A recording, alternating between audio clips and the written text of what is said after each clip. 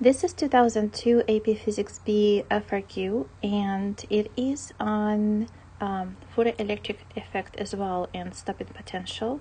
So let's look at this FRQ. In this question, they say your teacher gives you the above graph of stopping potential versus frequency of the photoelectric effect. Calculate the work function of the metal in electron volt. So I see that the frequency falls on the cutoff frequency falls on around 4.5, 10 to the 14 hertz. So that is cutoff frequency. So the work function then is equal to the Planck's constant, has to be in electron volts, and the cutoff frequency. So the work function is equal to 414, 10 to the negative 15 times cutoff frequency, which is 4.5. I moved it 10 to the 14 hertz, and that will give me 1.863 electron volts. So that would be the work function for this metal. For B, they say if the stopping potential is 1.5, determine the maximum kinetic energy of the emitted for the electrons in electron volts. So the maximum kinetic energy, you have the energy of the photon that is coming equals to the work function plus the kinetic energy maximum. So you have the energy of the photons that are coming is the 414 times the frequency of the given light. They say the stopping potential is, at this case, 1.5. I can determine the frequency of the incoming light, which is 810 to the 14. So I have 414 10 to the negative 15 for Planck's constant times the frequency of the incoming electron, which is 810 to the 14. So this is this part. And all of that is equal to the work function, the one that we just calculated. So the work function is 1.863 in electron volts. So this is the work function, and we just calculated it right there.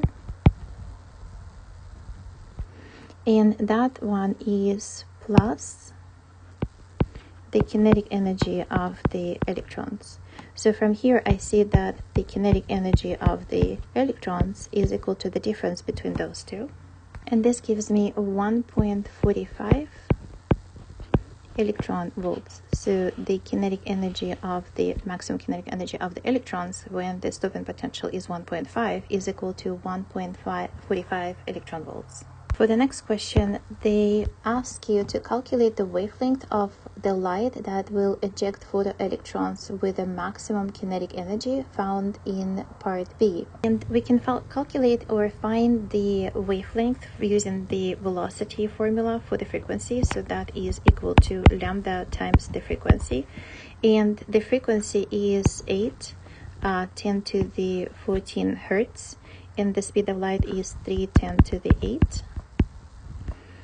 And that is equal to the wavelength times the frequency in part B. The one that we had to use is 10 to the 14. So from here, I can see that the wavelength is equal to 3.75 10 to the negative 7 meters.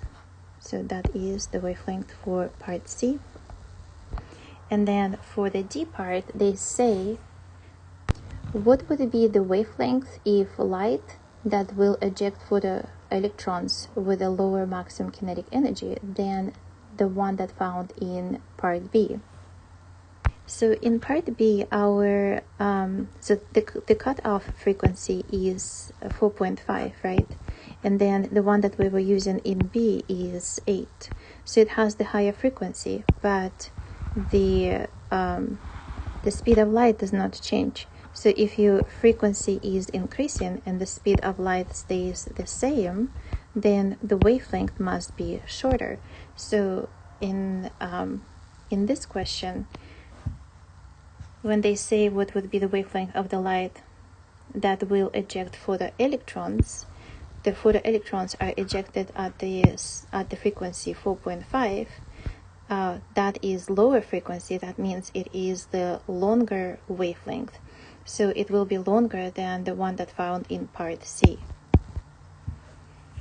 These electrons would also have lower kinetic energy because this is the minimum energy needed to pull out the electrons. So that means there's the minimum kinetic energy of those electrons, and lower energy kinetic energy means that the light also has the longer wavelengths and the lower frequency.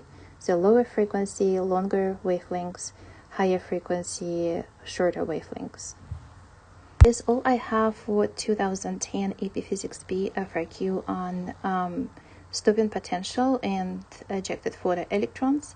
And thank you for watching, and I'll see you in the next video.